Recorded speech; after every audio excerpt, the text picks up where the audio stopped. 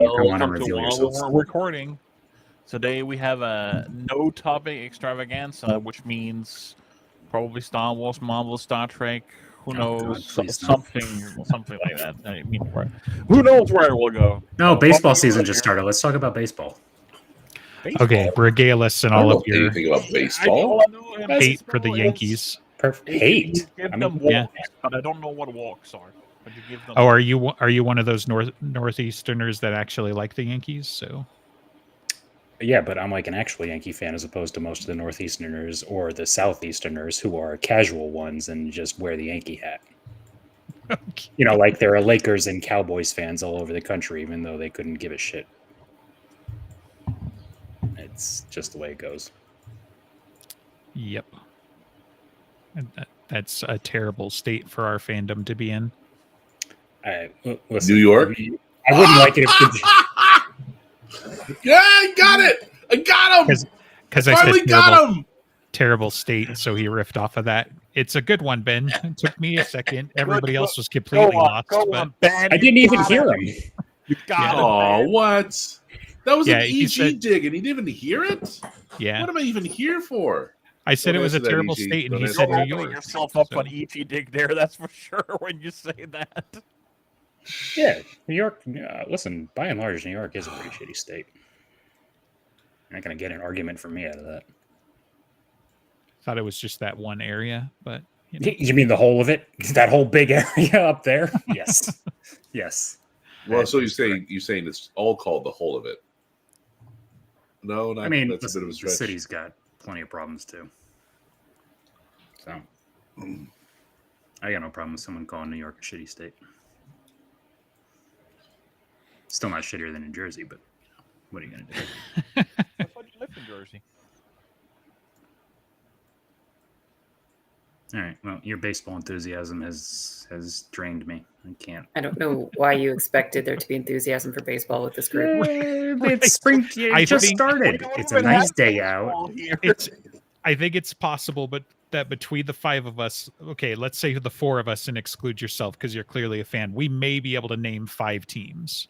You know, so That would be a good game. pick the Yankees, Bulls, Toronto. Bulls. You just said a city and a basketball team. Yeah, Ooh, right. a city in Canada. Yes, a city in Canada and a basketball team. Canada's going to be the 51st state, right? Governor Trudeau. No, Denmark's going to be the 51st state. Canada's the hell no. 52nd. Hell no. I like my healthcare as it is. Oh, well, Greenland is part of Well, Canada, no. and so if that Huh? happens, then that happens. So No. Yeah.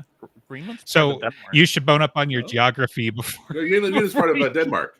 Greenland's part of Denmark. I meant Denmark.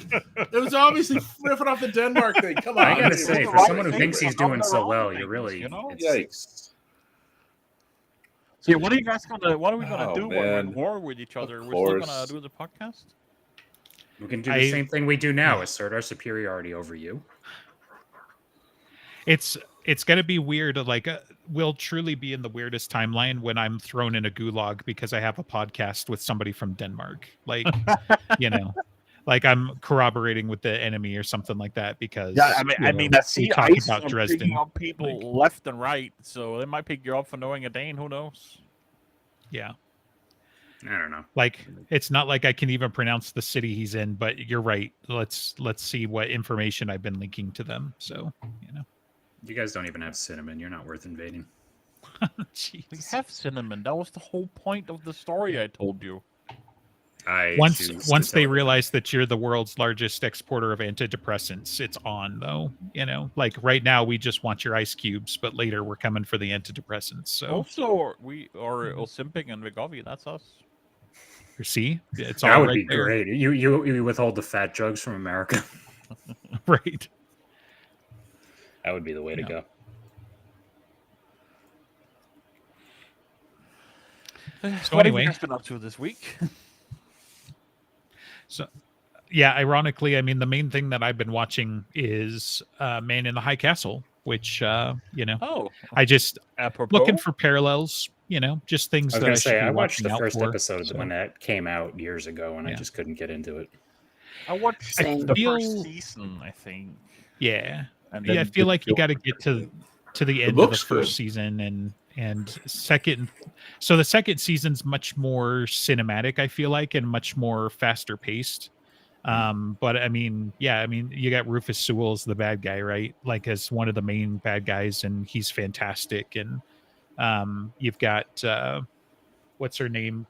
She goes by Kira, but it's really Jack and whatever from the Chronicles of Riddick. She's the main chick, like the truly main chick. And then you've got, I called him Liu Kang, but that was wrong. You got the bad guy from the first Mortal Kombat movie. You know, Shao Kahn. yeah, there you go. So, yeah, so it's got a really good cast. And even everybody else, like even if they haven't been in something, you know, big, they're photogenic and whatnot. But Well, actors look good well, Yeah, yeah, Not all of them.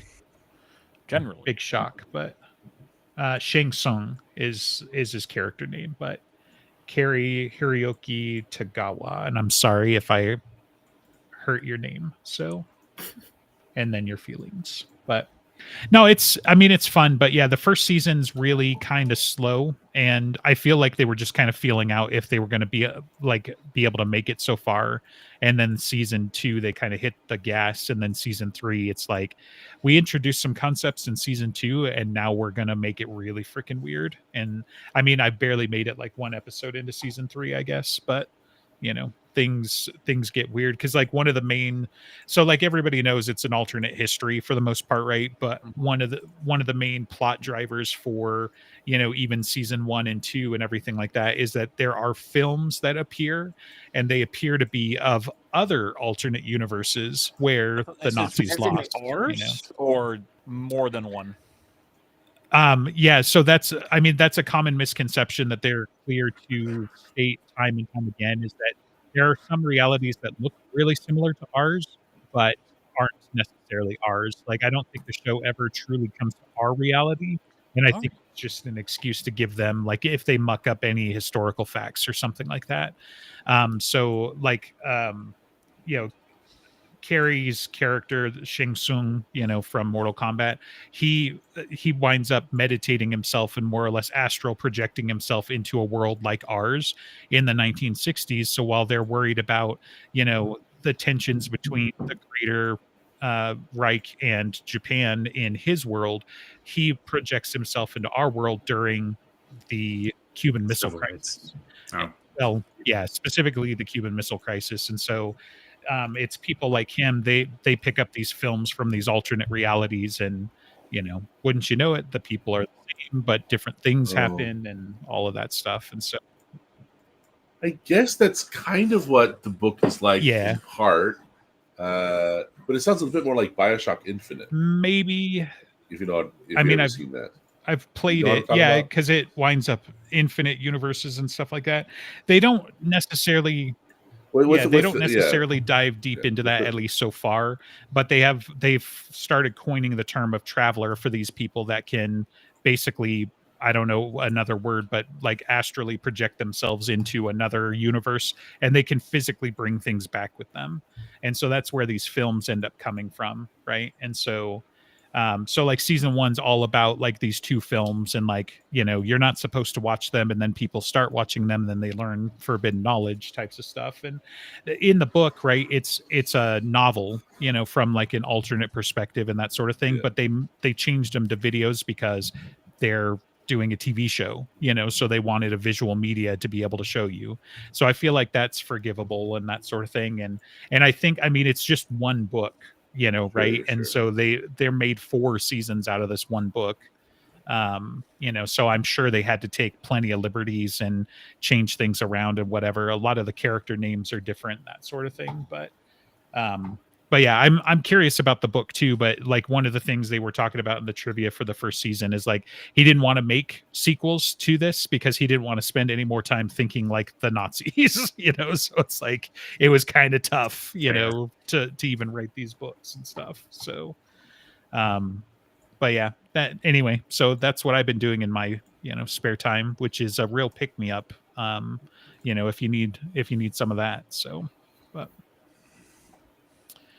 but yeah. I've been watching Strange New Worlds, like we talked about on Discord, Justin. Yeah. How's that going? It's pretty good. 3 seasons, the 3 episodes left of season 2. So far, I like it. There are some inconsistencies where I'm just gonna forget that this is set in a prequel thing because they're not. Yeah, it's a little. Welcome to being a fan. So, But I think the humor episodes work way better than the more dramatic episodes. Like the humor, sometimes, yeah. the comedy chops of the cast of Pike especially is really good. Like Pike when he's that cowardly advisor where the daughter's like story becomes real thing. It's so funny. I don't recall Pike, this episode Pike offhand. starting that mutiny. Really funny. But the crossover episode I just watched last night with the cartoon. Really Oh good. yes, yeah. That one really was fantastic in a couple of different ways. So, they do a crossover episode with Lower Decks. If you guys aren't familiar, and Lower Decks is one of the animated Star Treks going on right now. So, There's multiple. This is the The- one. yeah, Kitty one with Prodigy. Janeway, right? So, yeah, which I just started watching some of yeah. that this Prodigy week too. seems But cool. That's like Voyager. Or some you would stuff, right? probably enjoy it. Yeah, but it's. I love Voyager. I'm rewatching Yeah. Voyager again on the side too.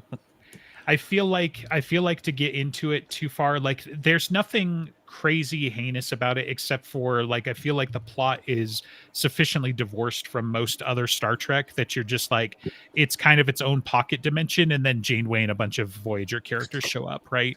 And so, like they just have these oddball characters as part of the main cast and stuff like that. It really is just kind of like a kid's adventure cartoon set in Star Trek, so More or less kid than Clone Wars. oh, way more. Yeah. Okay. It's shoot. I don't know what I would equate it to. Like I don't know. It's More like than they do Samurai Jack. it's Also. very much more kid, right? So like I can't overstate the kidness. Like they still do the classically bad thing in my opinion for modern Trek right now, which is like whatever the plot is, they're the only ones that can save the galaxy, right?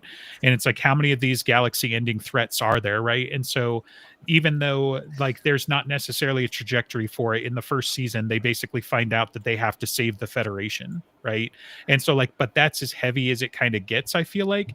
I mean, they do talk about this planet that's kind of they're more or less on two sides of a temporal civil war of sorts, and so that's a little heavy, but it's still it's like I don't know, closer to Rebels, but even still Rebels hit harder, because like Rebels main characters died, stuff like that. So a softer version of Rebels, I guess. But I've been watching it with my friend, the Strange New Worlds, and there are some things where it's like, he's having a hard time with like where I'm just like kind of shrugging it off with the logic and some of the stuff where it's like they're getting like they're these aliens in in a deuterium thing, and they are being killed. And they're trying to the communicate nebula. So Right. some people are getting like mentally affected and being unstable and attacking people and stuff. And he was just like, she hit someone while hallucinating. She should be restrained or locked up. She shouldn't be allowed to just walk around. Why are they letting her walk around? It's like I couldn't answer that. Like she should be confined to quarters because she's hallucinating and doing things. Gotcha. Yeah, I don't remember being pulled out by that, but that was the second to last episode you watched if you just watched those old scientists. Yeah.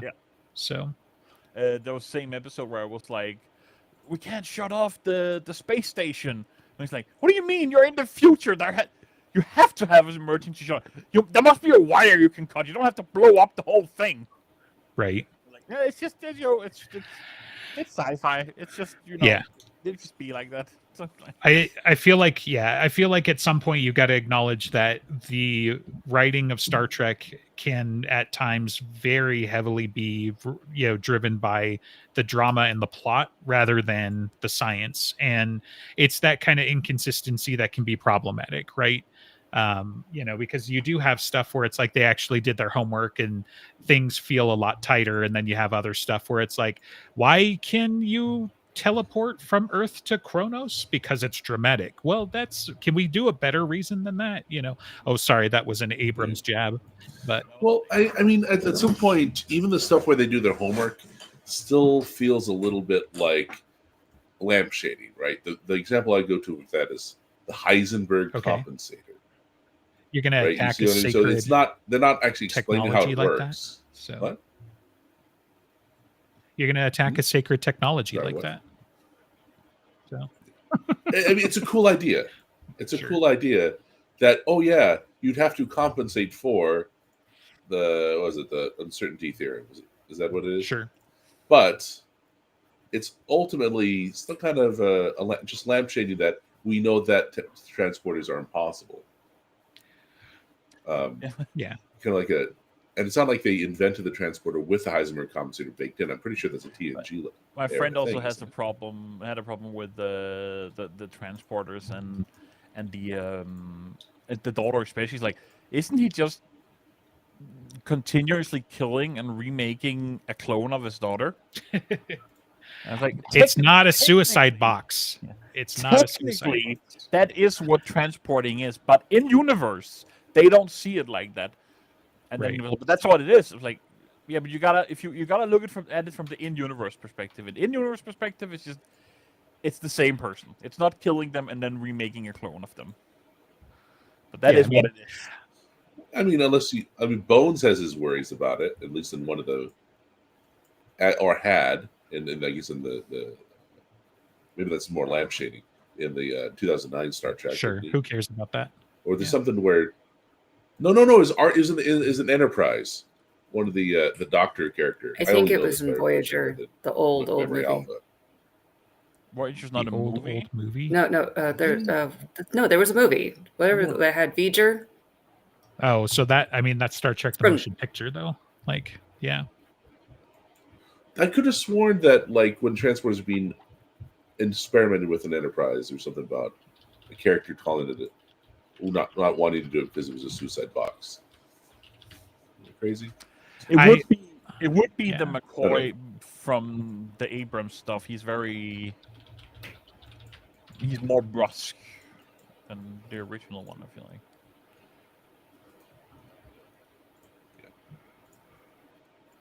Yeah. Anyway. But overall, I like it. It's pretty decent Trek. It's not as good as Voyager, because Voyager's awesome. Dude, yeah, I don't know how we would ever dissuade you that Voyager is not peak Trek, but go nuts. So like it just isn't. Like, in my opinion, the only bad thing is Kes. She's such a fucking character. I don't hate Kes either, right? Like, it's nothing like that, right? Like Voyager the problems with Voyager is that it's kind of an extension of the TNG storytelling, which was adequate, but it wasn't especially great, especially compared to arcs like modern storytelling, right? And then having full arcs, it's just the first. And then Voyager doesn't follow its own premise. They just moved the playground so that they could tell more stories about the Borg. And so if you're into that, which to be fair was a deliberate choice and known issue. That's what the producers wanted. They didn't want TNG world building. They didn't want Deep Space Nine world building. They wanted those two things you said. And I just wanted to point out. I figured you probably knew. Yeah, I won't say I knew. I'm not trying to steal your thunder. What I'm trying to say is I'm not surprised, right? Because that's where it becomes obvious. And so, like, to me, like, Strange New Worlds has some arcs, right? I wouldn't exactly call it, great arc storytelling. We'll see how season 3 goes, because they're about to kick off something like that. They are very Um, self-contained with some minor overarching. Exactly. Yeah. So it's like if you like that kind of episodic storytelling, like Strange New Worlds, I feel like is a great show for the exploration of it. And the characters are fun, right? Like I love the pilot. I can't remember her name right off the top of my head. Ortegas. Yeah. So, just stuff like that. So like the cast is overall fantastic, right? But yeah, like Voyager has plenty of good moments. It's not like bad Trek. I find it funny that after everything that you've seen, you always go back to, well, it's not as good as Voyager. Like, bro, I it's love Voyager. way better. Don't tell me that the Doctor is not one of the best characters in Trek.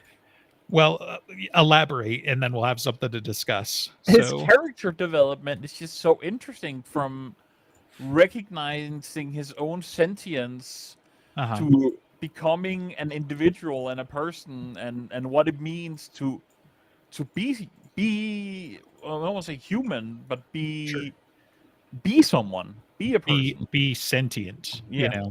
So, and coming from something that could have fit on a flash drive, metaphorically speaking, that they had to contend with all of those things. Now, I get it, right? And I don't hate on that storyline in that arc, right? But in a mirror to TNG, they did it with Data, right? And so they are unique, different stories, but the trajectory is very similar, right? So it's not necessarily. Maybe it's just because the actor just is so you good. Just like Robert. I just think he's great. Yeah.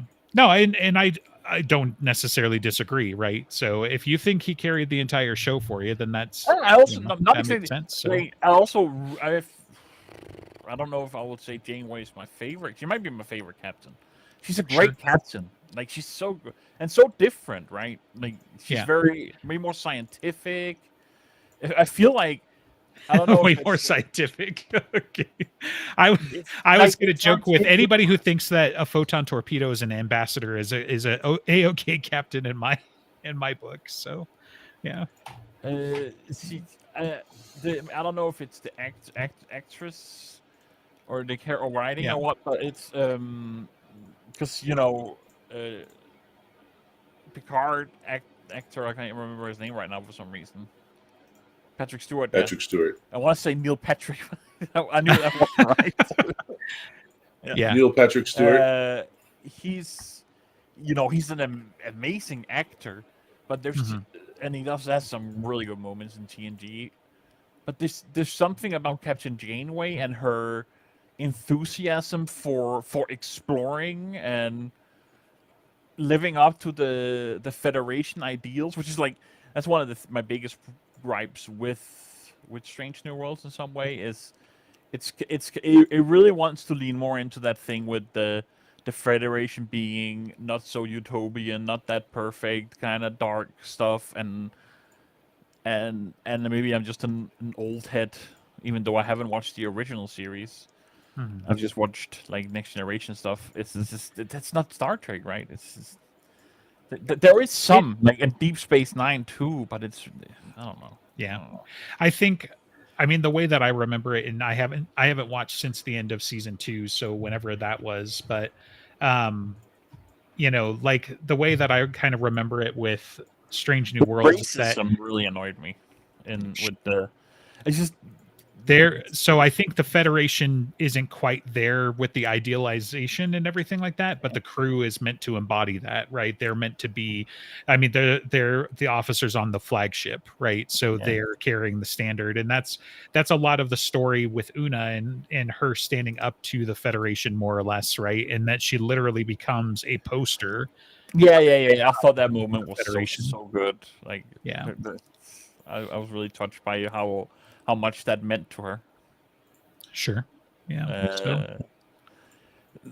It annoys me a little bit, the reason, because where it's like, okay, fine, you had problems with genetic modification, maybe you don't want that. That's fine, but you don't need to blame a different culture to such an extent that you're doing. I just didn't like it. Yeah, I hear you. It's interesting and it is different because like before this, right? We had Bashir as one of the other main instances. I think Voyager might have dipped a toe into it to just be like, hey, we know this is a thing, and you see it crop up a couple of times in the original series, right? But there aren't in every single one of those stories. It's a human Earth centric perspective, and so you never bring into the fact that the Federation has hundreds of worlds and hundreds of different governments. What if these other governments do the genetic modification thing?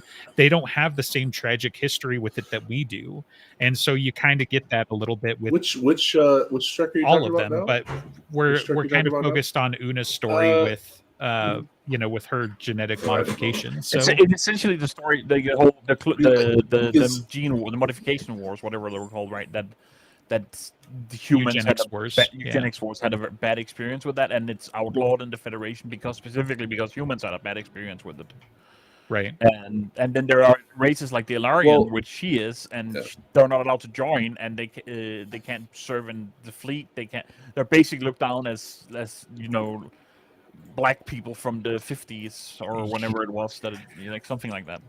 That's a little far probably, but in some ways it's worse too, because they were going to completely drum her out of the Force, right? So yes. But what were you trying to say, Ben?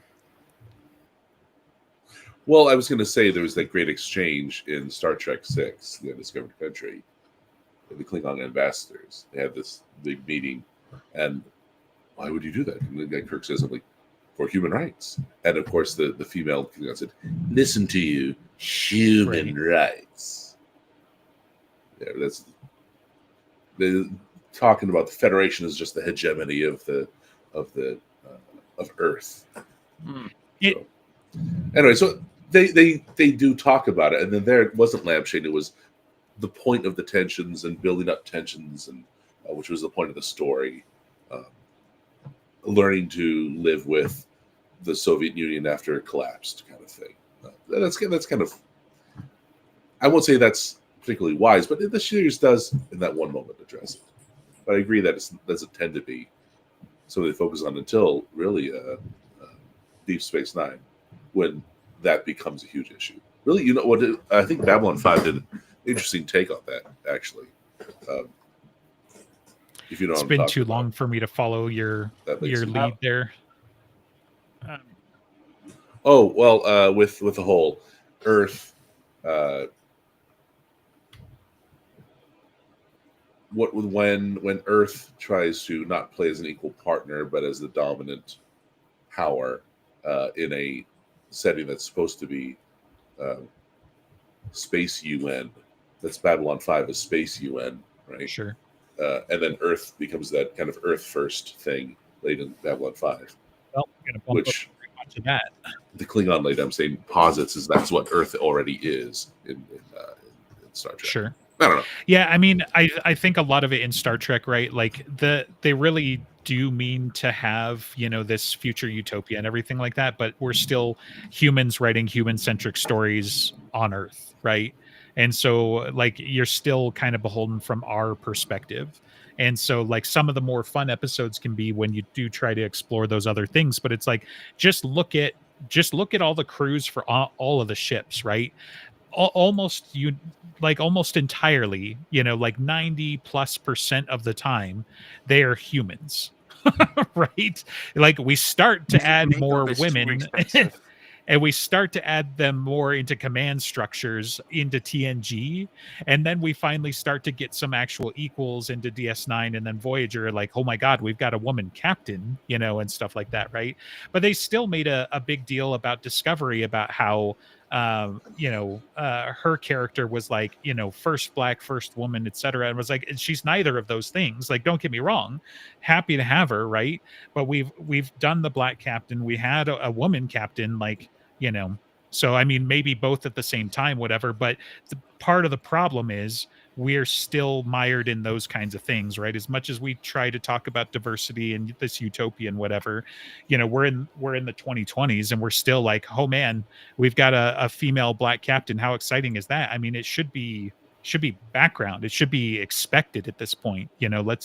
Let's tell a cool story regardless of race and origin. And I'm not trying to make it a racial thing. I was trying to highlight more the fact that, like, name me 10 alien crew members, like, so like, we have a tough time with our own diversity, let alone representing other races, as much as anything that happens around first contact stories, or war stories, or Star Trek 6, like you say, where it's like, we're going to make space Russians because that's going to be a fun story to tell right now. And then in TNG and DS9, which is kind of what they were in that TOS right. era. And then in TNG and DS9, now they're space samurai, to make them something else adjacent that we can, lean into the whole honor, and they've got swords and, et cetera, et cetera. So yeah, I get that the storytelling's not there, I guess, is what I'm trying to get at. But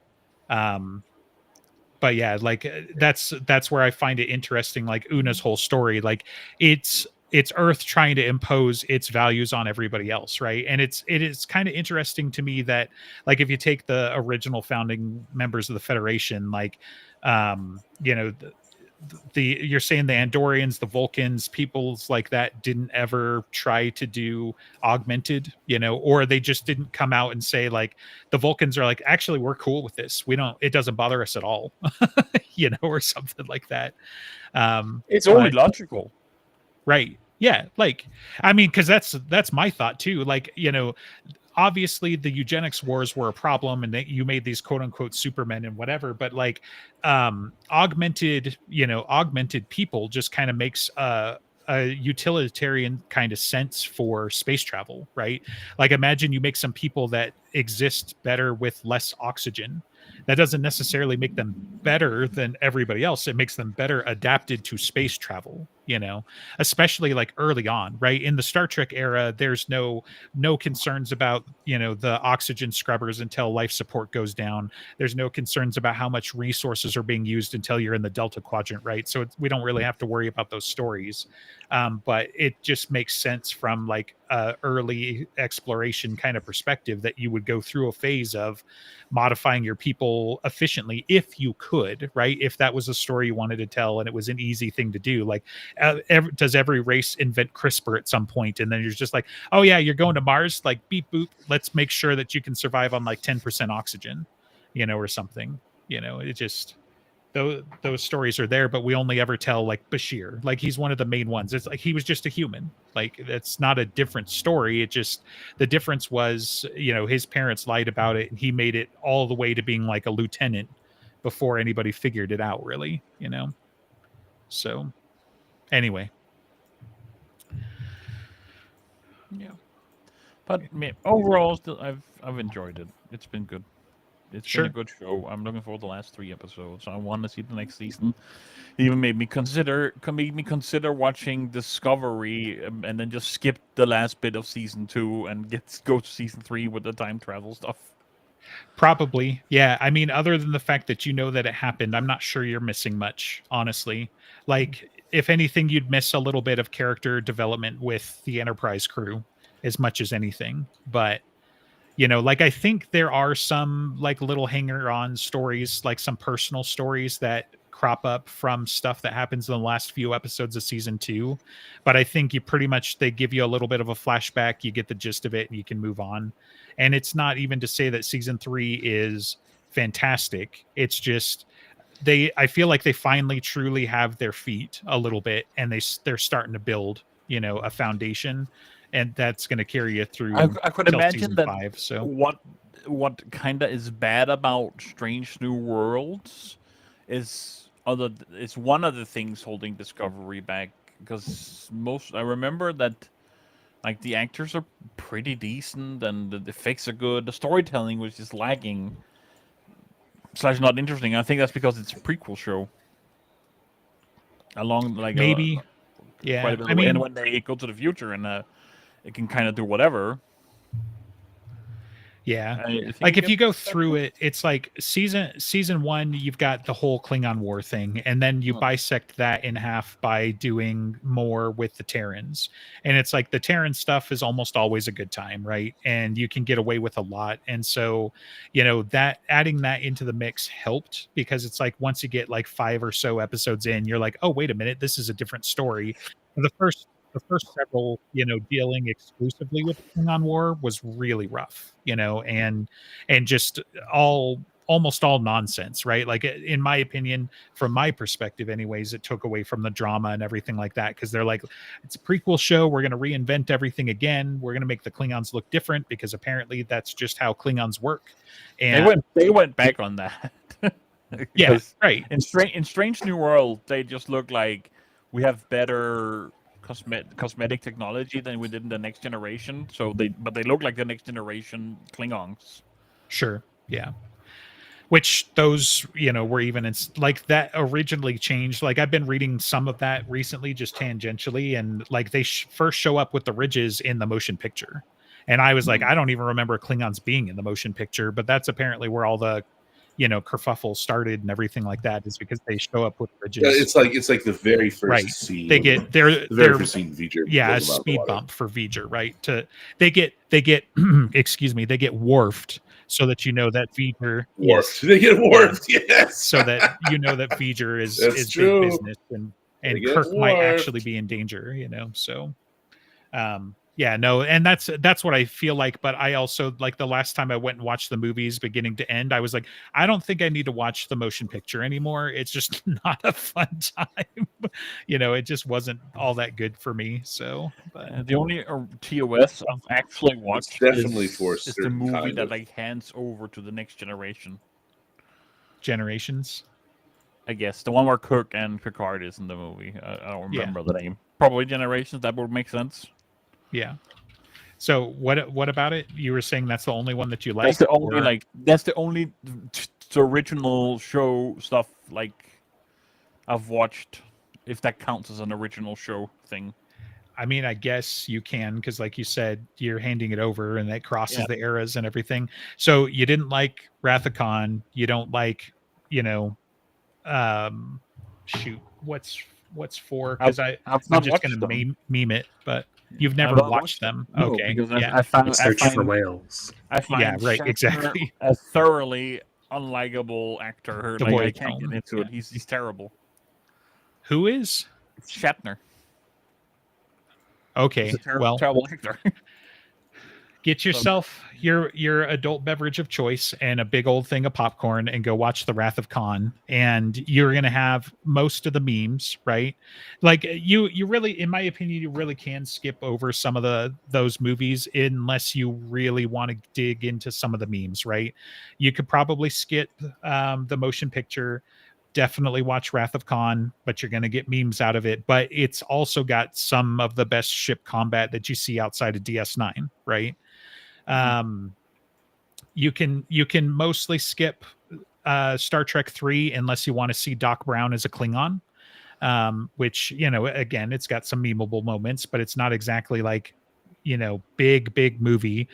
Voyage Home and like Undiscovered Country are two of like the best Star Trek movies ever, right? So you kind of do yourself a disservice, by not watching those. Skip Star Trek 5 unless you want to know what God needs with a spaceship,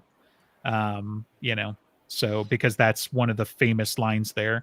If you really had to watch it, I strongly suggest watching the MST3K version of Star Trek 5 because that'll make it bearable. So what does that even mean? Have you never seen Mystery Science Theater 3000 or whatever? No. Okay. Oh, jeez. It's basically okay. I got you. You are gonna love this. Mystery Science Theater 3000 is like it's guys talking during the movie, hiding commentary. They're heckling the movie live. The TV show.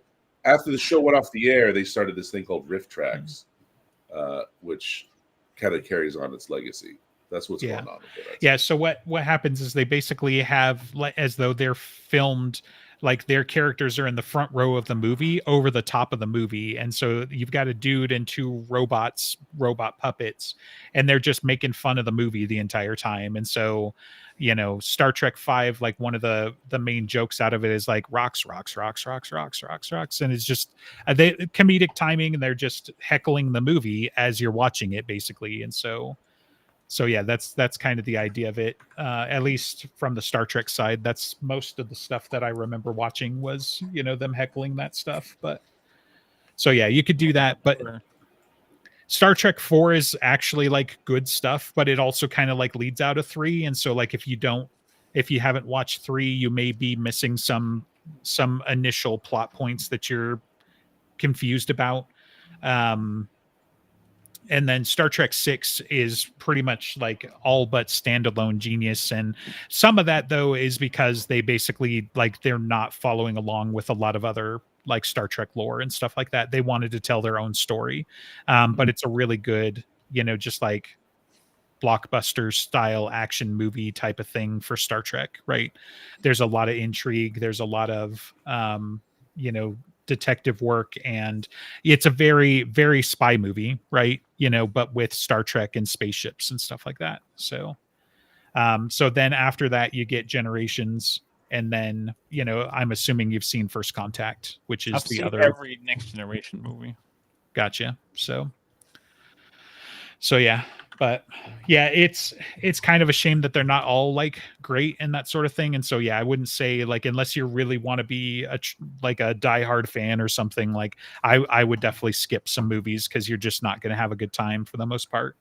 You know, I mean, so I do think there are some of the harder ones to like are actually quite good. You would, if you go and accept what they are. And I would say, I know I would say that. you like, artsy, the Motionless Picture, you know, the Motionless Picture is not a bad sci-fi movie if you go in with the buttons and knobs sci-fi, right?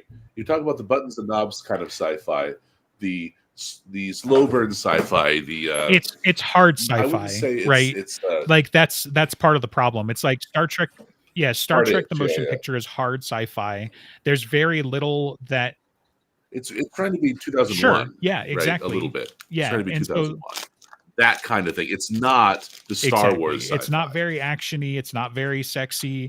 You know, you get some cool stuff. If you're into bald women, then it is really sexy. But, you know, the movie practically takes place in real time too, right? Where they're just like, it's going to take us like 25 hours to get there. And you feel like it took them 25 hours to get there because you saw them pushing the buttons. There's a lot of the glory shots of I'd say the main takeaway for me from the first Star Trek movie is that it also almost doesn't fit in with the rest of the franchise, because after Wrath of Khan, a lot of the movies become just big action movies and try to be Wrath of Khan again and again and again, capture that lightning in a bottle again. Maybe not so much the Star Trek original series movies, but the TNG movies, the Abrams movies. Yeah, they're all doing that kind of action thing, and that's a critique that Mr. Plinkett had. So I'm not original in saying that. I know the guys who make Mr. Plinkett even went so far as to say that Star Trek 1, The Motionless Picture, was the sexiest Star Trek movie because of all its thematic content.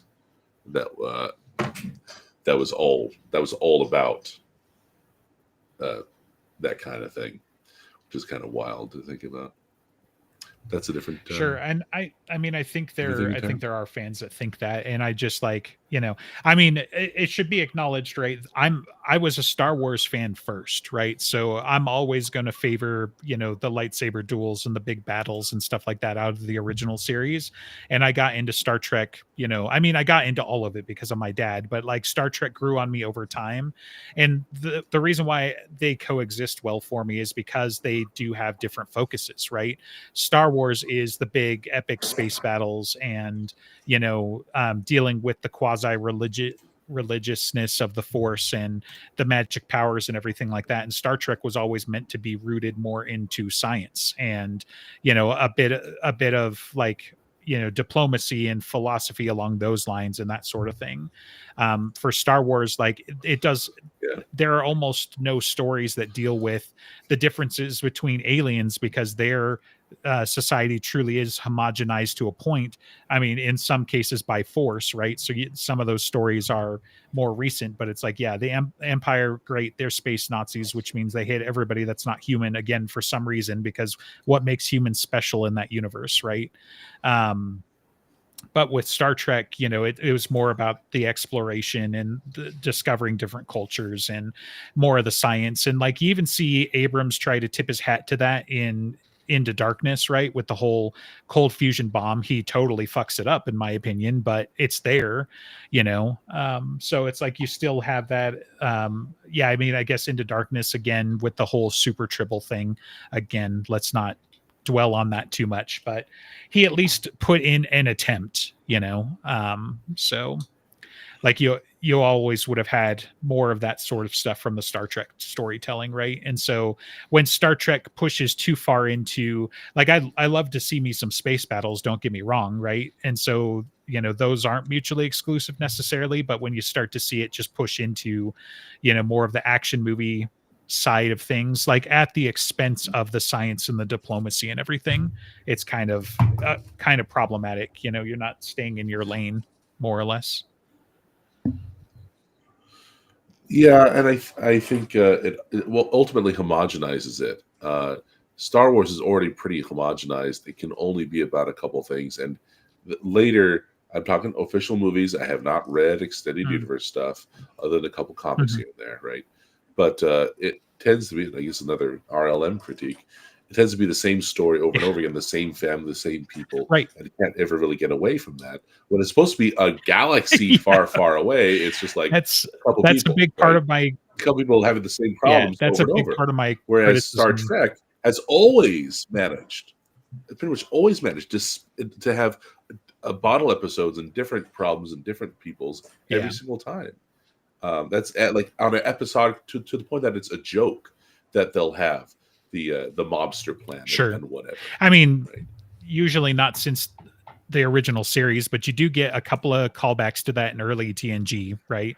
But yeah, like you're talking about the whole only one family. I mean, it's two families, but that was my problem with Disney's take on Star Wars. It's like, yeah, and honestly, I can say very similar things about current Star Trek anyway, right? Why is it that in Star Wars nobody can take a shit without a Skywalker or a Palpatine being involved? Oh, why my is it? God, you said it, brother. Yeah, right. And the similar thing, part of my problem with, especially with Picard, right, was like, why is it that only geriatric Patrick Stewart can save us from whatever this threat is? Like, there has to be new, different ways that we can tell similar stories. And I think it's name recognition, right? Which is one of the laziest things. That's why you buy an IP and then you tell, whatever story, right? Like, these stories would have worked just fine without having literally James Kirk be in the driver's seat. But no one would have come to watch your story if it wasn't James Kirk in the driver's seat. Right. It had that problem. The movie with James Kirk in it called Generations. Right. No, I mean, sure. what did he do that literally anyone else couldn't have done? Sure, but I mean in that case, I forgive it in the sense that it's literally plot relevant, right? You're not sitting there the whole time being like, yeah, only James Kirk could do this, but it's literally the closing chapter of his story. It's not my favorite, right? Like I feel like it generates a whole bunch of continuity things in universe where it's like, so then one day James Kirk literally rode off into the sunset and was never seen or heard from again. And only Picard knows that he's buried under some rocks somewhere, like presumably that gets logged and that's somewhere historical for, the Federation or whatever. But it's like, there's a lot of weirdness to that level of storytelling. And it does push into, Clarke's third law, sufficiently advanced technology or science in this case, that it might as well be magic with the ribbon is also like a microcosm in space-time and all of that stuff, right? There's a lot of flaws with that movie, right? But the fact that Kirk isn't necessarily one of them to me. But yeah, like in a very similar thing, right? Every movie is like, well, people want to see the crew still saving the universe, right? They want to see them still doing stuff But at least even in like Star Trek 6, right? It's not like the galaxy, right? Like it's still a very almost street level kind of drama. Like obviously relations between the Federation and the Klingons are a big driving force of it, but like it's ship to ship, it's the interpersonal actions between those two. Whereas like in Discovery, certainly by the end of season 2 and everything like that, this is the only crew that can save the galaxy again for the 4th time in a row, and it's where you get into memes like, is it because they're the flagship that this keeps happening, or does like every ship in the fleet have this happen just all the damn time? And so like the obvious thing is it's because the cameras are on, right? Because you wouldn't apparently we wouldn't watch the show about, right, which is the answer to the critique of why aren't they more racially integrated among all the Federation members. Well, it's because it costs a lot to make up. Yeah, right? there's that, but it's also it's we are humans on Earth watching a human centric story. If you want to watch something where humans are still the majority by demographic, but not overpoweringly so. Exactly. That's exactly the answer. We just started. We got 20 minutes in the first episode. Yeah. So if you want to watch, that kind of diversity. Some actors came over to Stargate from it, and I checked out like there was this parody episode where they definitely did like an homage to Farscape, and that homage, I was just like, this looks trippy. These are some aliens. At least like they were weird looking. Instead of just dark skinned people with golden circles on their they're foreheads. Space Egyptians, okay, Ben. So. But that's sci-fi. No, yeah, budget. you're totally right. It's only the Jaffa that has the marks. It's only the Prime who has the golden. Thank you very much. Oh, that's true. Well, yeah, so it's even less, a cost. Burn mark tattoo kind of thing. Yeah, shake my head. Stargate is really good though; it holds up. Yeah, but Stargate very much has a lot of the same problems we're talking about, right? Yes. So like I said to my friend the other day, we were talking about watching Stargate, and we ended up watching Star Trek. I was like, just like. Stargate, it is a product of its time. Like almost every alien planet is some forest in Canada. Sure. Yeah. But I love it. That's fine, right? That's fine. It is fine. I don't think we have to worry. On the plus side, with modern TV and the higher budgets and better fidelity, like Star Trek looks cool, and Strange New World, Alien, a lot of the time it's a spectacle. It's great to watch. On the downside, it's like I looked it up, it's like $7 million per episode to make. So it's like, at what point it's not even a fraction of Rings of Power budget. Come on now. So yeah, but that's because someone made it. I think there was a big thing.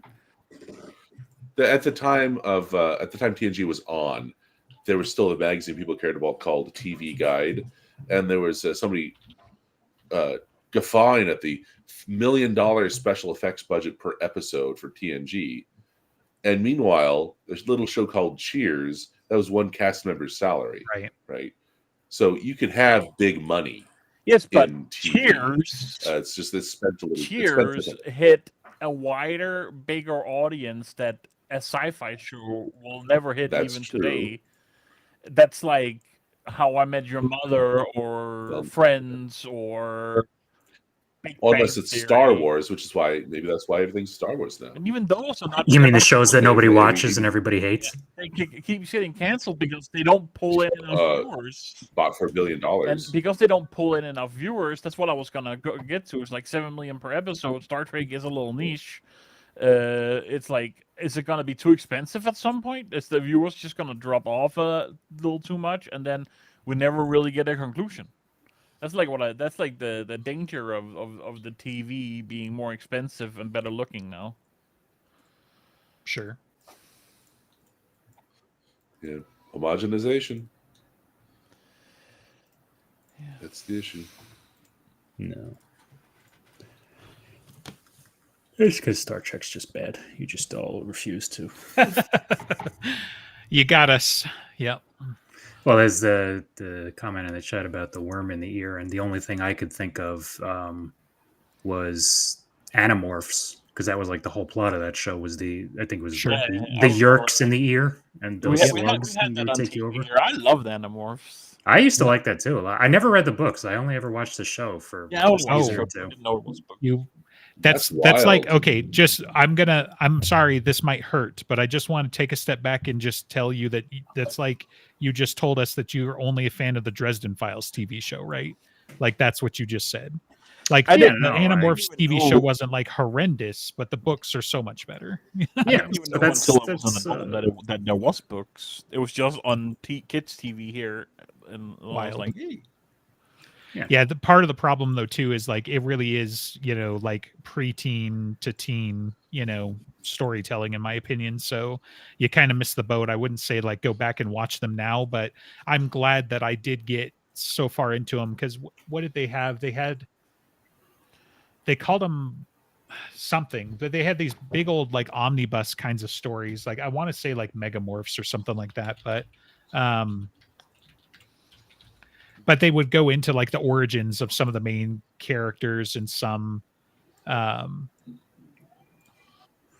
mean, some of the usually it races was and stuff like that. It usually was the book genesis of things. Lord of the Rings, Harry Potter. These were all series I read long before they came out with the stuff. It just this particular one, it was one of those reverse engineered where the show came on and I was like, oh, what's this? Actually, I think my brother read at least some of the Animorphs books. But at the time, I only really cared about the Star Wars EU and stuff like that. So that's what I was reading. Sure. Yeah, I got into it in around the 6th grade, right? Which was probably about the exact time that I should have gotten into it and wrote it out for a couple of years. And I don't know, I think it was just like too long between books or something like that. And I just kind of fell out of it. But yeah. Yeah, apparently it had a great ending, but I was way into it while I was the right age for it, and then I got older quicker than the books Sure. got Yeah. published. Yeah. But I had a friend in high school even had all the books and was recommended, you got to finish it. It's got a great ending. See, I was always under the impression it was one of About those it, series though. that never really had an ending.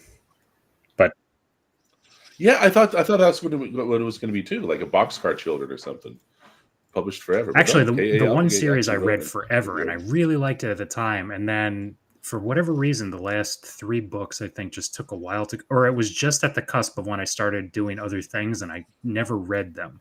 Was the Series of Unfortunate Events. I really liked that series, Once Upon a Time, and I just never read the That last did 2 not or have a 3 good of them. ending. No.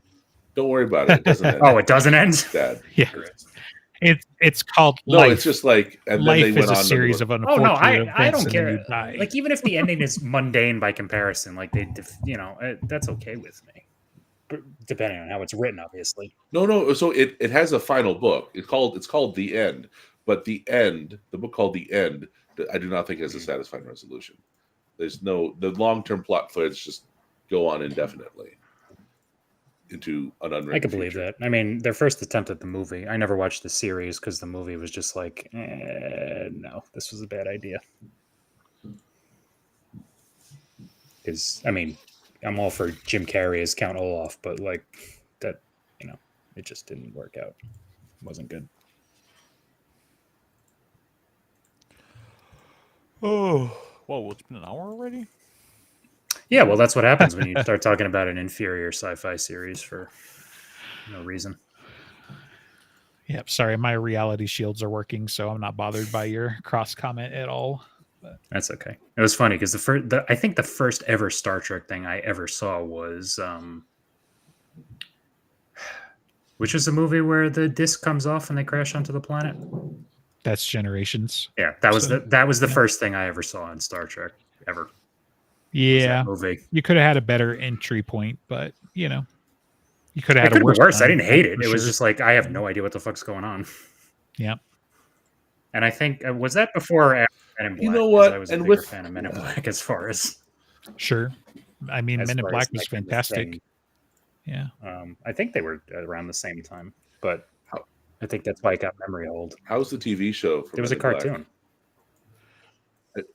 Yeah, I how don't was it? How remember. was it? It was like one of those old WB cartoons where you could Mm. sit there and watch them for 30 minutes and you wouldn't be bothered, but they weren't necessarily particularly good. Right. Or the old Fox cartoons Yeah. like Godzilla. The only show had a like that cartoon. there's a show like that that really surprised me, and I thought, wow, this is really interesting. Was the Oh, yeah, Jackie I Chan liked that one. Adventures? I did like Jackie Chan. Yeah, with the Adventures. coins, it was so Yeah. good. They were medallions. Medallions, sorry. I think they called them coins in Danish, but Of course they did, because you people don't understand how language works.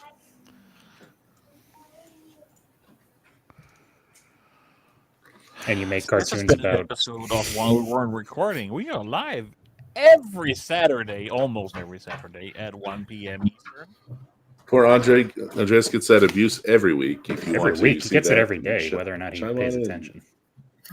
Oh no, that's so You can sad. support Don't us say or support me and my mental health bills at patreon.com/brokenjars. Support us on Patreon, get access to our Discord, where you can add or detract to that mental health bill by giving me praise or siding with EG. It's Which up is to the you. correct opinion. The Swedish government pays for your mental health. What do you care? No, mental health is on your own time here, and not Swedish, Danish.